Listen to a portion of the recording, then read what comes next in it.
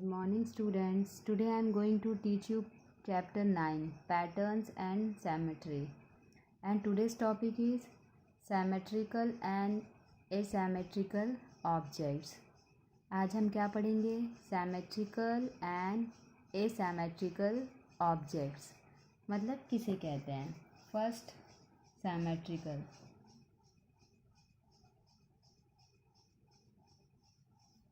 Symmetrical objects. Symmetrical objects क्या होते हैं, किसे कहते हैं, उसकी definition. The objects that get divided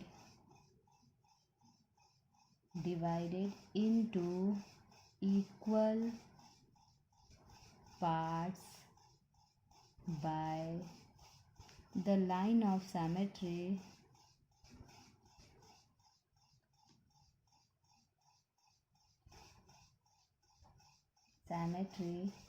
are symmetrical object.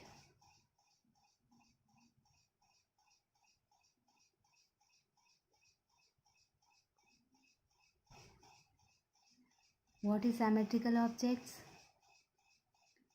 The objects that get divided into equal parts by the lines of symmetry are symmetrical objects. The objects that get divided into equal parts by the line of symmetry are symmetrical objects. Means हम किसी भी objects को जब equal parts में line of symmetry जब हम किसी भी ऑब्जेक्ट्स को इक्वल पार्ट्स में डिवाइड करते हैं उसे हम क्या कहते हैं? Symmetrical objects. मतलब उस ऑब्जेक्ट्स को इक्वल पार्ट्स में डिवाइड करना उसे हम कहेंगे सिमेट्रिकल ऑब्जेक्ट्स. तो अब मैं आपको कुछ ऑब्जेक्ट्स बनाकर दिखा रही हूँ जिससे आपको पता चलेगा कि ये क्या है, सिमेट्रिकल ऑब्जेक्ट. उसमें लाइन ऑफ सिमेट्री कैसे की जाती है, मतलब कैसे इक्वल पार्ट्स में उसे डिवाइड किया जाता है. एग्जाम्पल,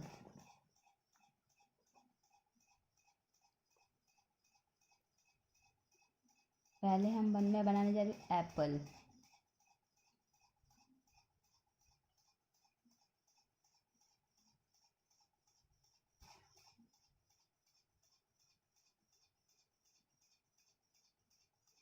ये मैंने बनाया एप्पल. अब मैं इसमें लाइन ऑफ सिमेट्री करके दिखा रही हूँ. ये मैं क्या कर रही हूँ, अब इसको इक्वल पार्ट में डिवाइड कर रही हूँ. मैंने कर दिया इक्वल पार्ट में डिवाइड. अब मैं बना रही हूँ एक लीफ.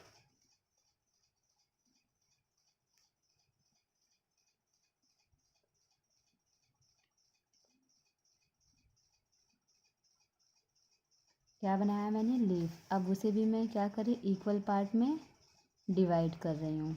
इसे हम क्या कहते हैं? Symmetrical objects. ये क्या है? Symmetrical objects. अब मैं आपको एक और ऑब्जेक्ट बनाकर दिखा रही हूँ. ये क्या हम बना रहे हैं? एरो. क्या बना रहे हैं हम? एरो.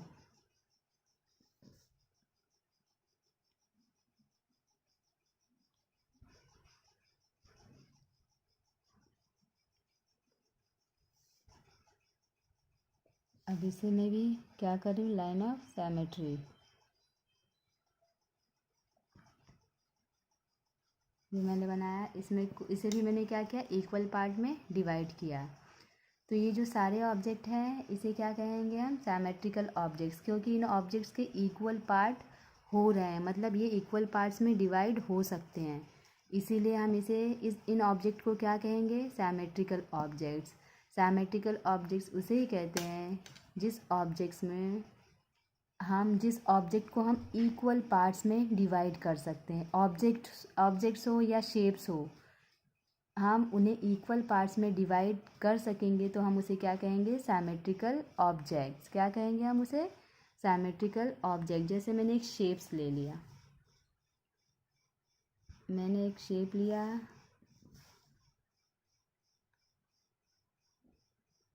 स्क्वायर ही ले लिया, जैसे मैंने आपको बताया था सैमेट्री फिगर, लाइन ऑफ सैमेट्री में शेप्स को भी मैंने क्या बना रही हूँ, मैं एक स्क्वायर बना रही हूँ।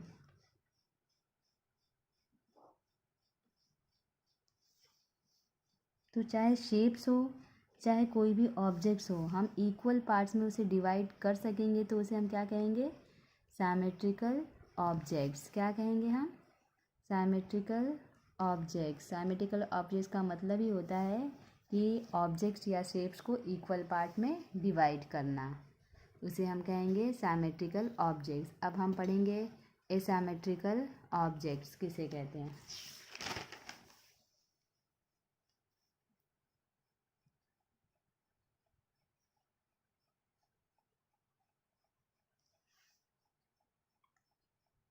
Asymmetrical objects. The objects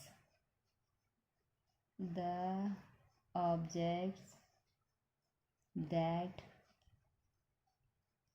cannot be divided into equal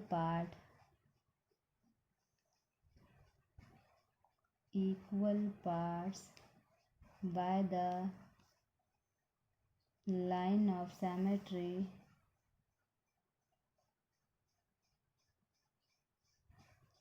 are asymmetrical objects.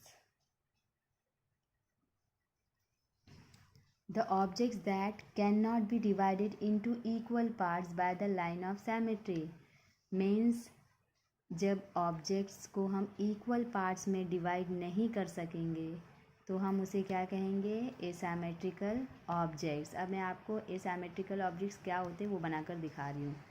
Example, जैसे हमने एक अल्फ़ाबेट लिया क्यू,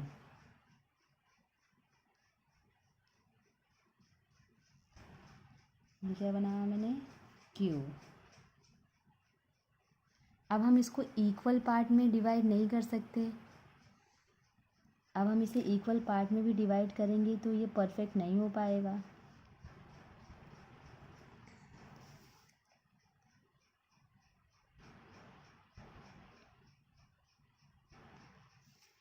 हम इसे इक्वल पार्ट में नहीं डिवाइड कर सकते क्योंकि इसमें क्यू में क्या है, यहाँ से एक लाइन भी गई है, इसीलिए ये क्या है, एसैमेट्रिकल ऑब्जेक्ट।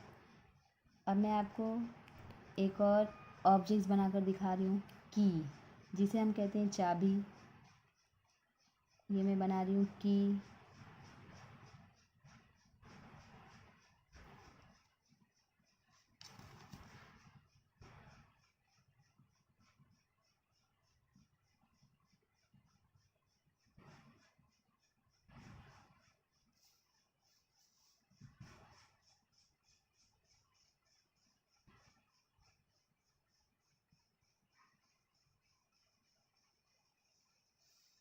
ये बनाया हमने की। अब इसको हम इक्वल पार्ट में डिवाइड कर सकते हैं, नहीं, ये इक्वल पार्ट में डिवाइड नहीं हो सकता क्योंकि इसके नीचे क्या है, ये पॉइंट है, इसीलिए ये इक्वल पार्ट में डिवाइड नहीं हो सकता। इसीलिए ये कौन सा ऑब्जेक्ट है, एसैमेट्रिकल ऑब्जेक्ट्स। मीन्स एसैमेट्रिकल ऑब्जेक्ट्स में हम ऑब्जेक्ट या शेप्स को इक्वल पार्ट में डिवाइड नहीं कर सकते हैं, इसीलिए हम उसे क्या कहेंगे, एसैमेट्रिकल ऑब्जेक्ट्स। और सैमेट्रिकल ऑब्जेक्ट्स में हम उसे इक्वल पार्ट्स में डिवाइड कर सकते हैं। I hope you understood. Thank you and have a nice day.